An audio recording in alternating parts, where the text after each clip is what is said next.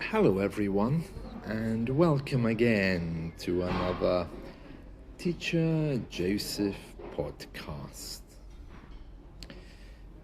This week, we've been talking about indigenous languages and dialects. Sometimes, when we learn a second language, we can't keep things in our minds, and that's probably because we don't use them enough. It's really important to try, as much as you can at least, to use words again and again. And that's why today's affirmation, it says, I will use my English today, even if it's only for 5 minutes. And if you can't physically speak in English, then please do try to think in English. It will help you a lot, and it will help you to realize that English is perhaps more real for you than you first thought. Now, speaking of indigenous languages and dialects, I'd like to tell you that sometimes these things can be used for very political purposes. Not only to make people feel more nationalistic, but they can also be used to provoke certain emotions. Now, here in Scotland, Gaelic is spoken by a handful of people, but the government promotes it as the nation's official language along with English. There's now 2 Gaelic schools in Glasgow alone, and there are high schools, and the medium of Gaelic is used to teach different people different things. There's courses for all levels, and people very quickly are feeling very nationalistic and apart. Now, when I was growing up, we were all simply British. There was, of course, a Scottish identity, but that identity was never used to divide us. In fact, it couldn't be used to divide us because apart from maybe some different mannerisms or different clothing, there wasn't really so much that was different. Now, in a post-industrial era, however, Gaelic is celebrated because it shows in other ways just how different Scotland actually is. If you ever drive from Scotland to England, just at the border, and yes, the border is marked, there's no checks of course, but just at the border, you'll see a sign that says, "Haste ye back," which is Scottish, it's from the Scottish dialect, and it simply means hurry back,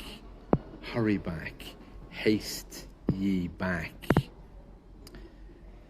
Around some cities in Scotland, you'll see the words Falcha, Falchagu, and then the city name. For example, Falchagu Glasgow, Falchagu Paisley.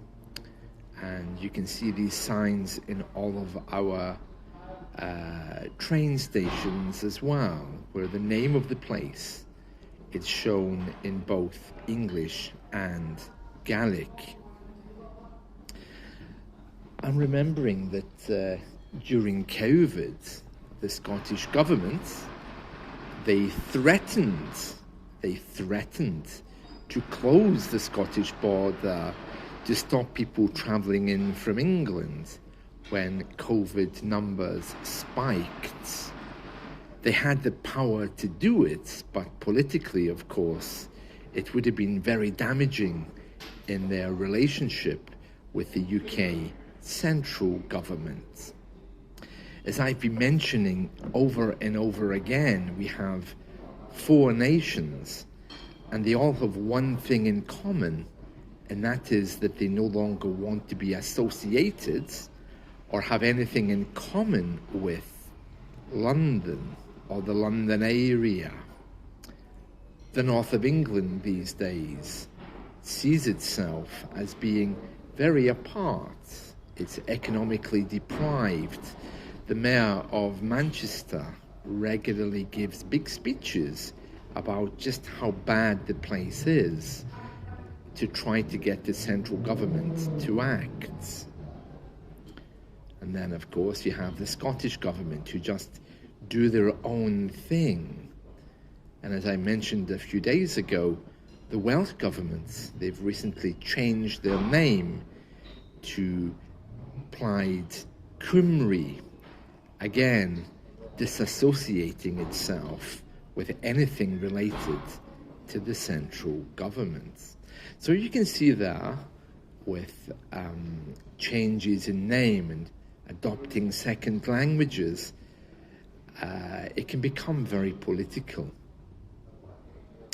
I think what some people in Scotland are very unhappy about is the way in which the Scots dialects has not really been given the same status as the other language of Gaelic has. We have a Scottish dialect which has its own words, phrases, grammatical constructions, and when I was growing up it just looked like really bad English. But now, in these days of political correctness, the Scots dialect also is something which people celebrate, and they are demanding that it be given equal status with Gaelic, not only legally, but in the eyes of the people.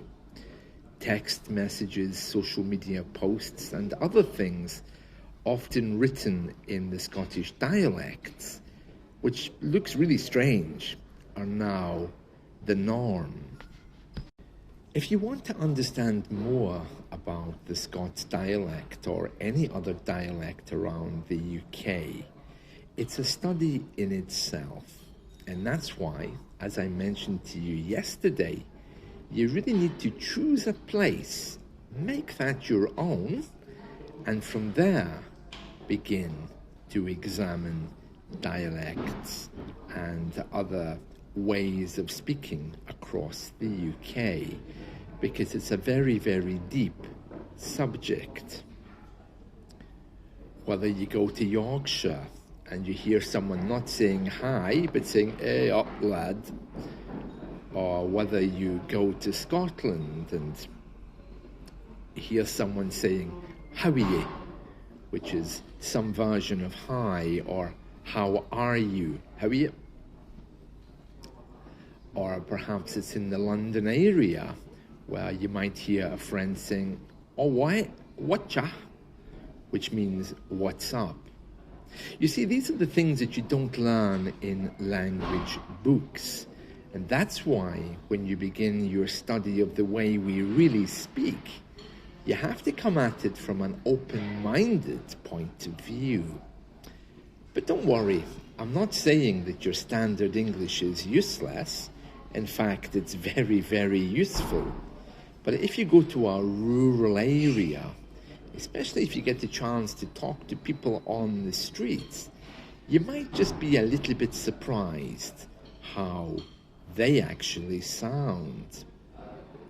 You know, my grandparents, they used to use old Scottish words that I'd never heard of.